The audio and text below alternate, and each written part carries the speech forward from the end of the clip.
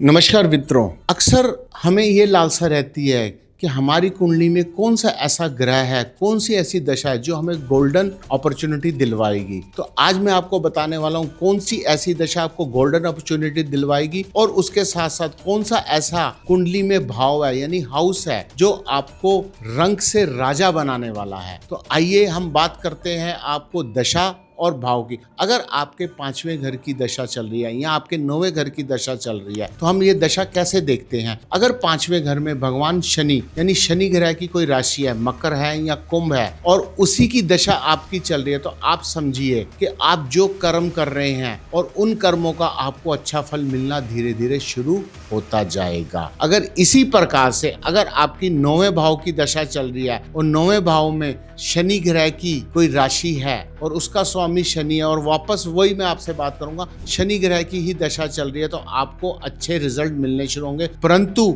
आपको इस golden opportunity को पाने के लिए कर्म अच्छे करने हैं, धैर्यपूर्ण चलना है, शांति से काम लेना है। अगर आप इस दशा के अंदर बहुत सूझबूझ के चलते हैं तो ये दशा आपको बहुत अच्छे जाने वाली है। ये तो हुई शनि ग्रह की। अगर मान लिया आपकी कर्क राशि बैठी है यानी 4 नंबर राशि 5वें घर में बैठी है और आपकी चंद्र की दशा चल रही है, तो वो जो चंद्र की आपकी 10 साल की आने वाली जो दशा चल रही है वो बहुत अच्छी जाएगी।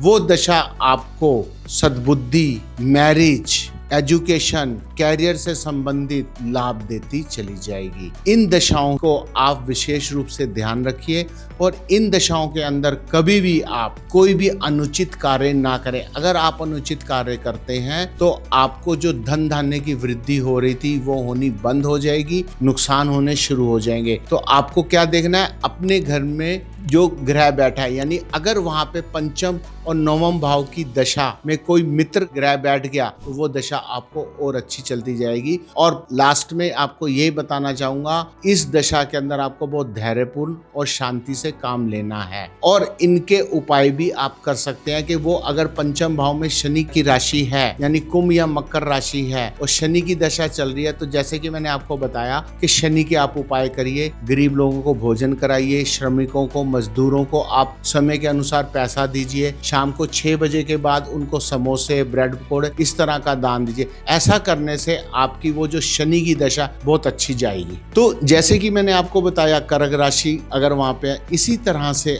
अगर 5म या 9म भाव में अगर शुक्र से संबंधित कोई राशि बैठी है जिसका स्वामी शुक्र है, तो वो आपकी शुक्र की 20 साल की दशा बहुत अच्छी जाएगी। इस दशा में आपको क्या क्या प्राप्त होगा, सुख, समृद्धि, यश, नेम फेम के साथ साथ आपको धन धान्य की वृद्धि होगी। और जो भी आप पूजा पाठ कर रहे हैं, क्योंकि 9वां भाव लक्ष्मी स्थान भी कहा गया है और पूजा का स्थान भी कहा गया, तो यहाँ से आपको जितनी आप पूजा करते चले जाएंगे उतना अच्छा होगा। परंतु ये जरूर ध्यान रखिएगा, 5म या 9म भाव से संबंधित ग्रह अगर शुक्र है तो आपको अपनी स्त्री यानी अपनी पत्नी की सेवा करनी है। सेवा का मतलब ये नहीं, सेवा का मतलब ये है कि आप उनको खुश रखें, उनको गिफ्ट देते रहें। अगर 9म भाव से संबंधित है तो भी और 5म भाव से संबंधित है तो भी, जितना आप अपनी पत्नी को, फीमेल से आप बड़ा श्रद्धापूर्वक धैर्यपूर्ण बातें करेंगे, उतना आपका शुक्र ग्रह अच्छा होता जाएगा और उतनी आपके पास धन, संपदा, सुविधाएं सब बढ़ती चली जाएंगी, यानी आपकी एक लग्जरी लाइफ हो जाएगी इस आने वाले 20 सालों के अंदर। तो इसी तरह से मैंने आपको बताया कि आप किस तरह से अपने जीवन में धन धान्य की वृद्धि कर सकते हैं, धन धान्य को प्राप्त कर सकते हैं। क्योंकि जैसे लास्ट में मैंने आपको बताया कि शुक्र ग्रह क्या है, हमारी पत्नी,